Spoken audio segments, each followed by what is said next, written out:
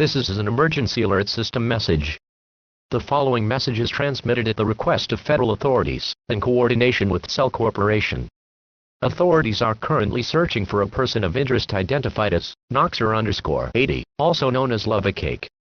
The subject is believed to have exited a restricted area, and may be traveling toward towns near the New Mexico region.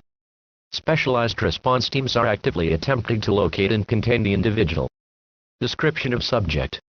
The subject is described as having long pink hair, wearing a cake-shaped hat on her head, wearing glasses, wearing a slightly dark brown scarf, wearing a gray and brown jacket, wearing pants with gray, white, and slight blue tones. Instructions.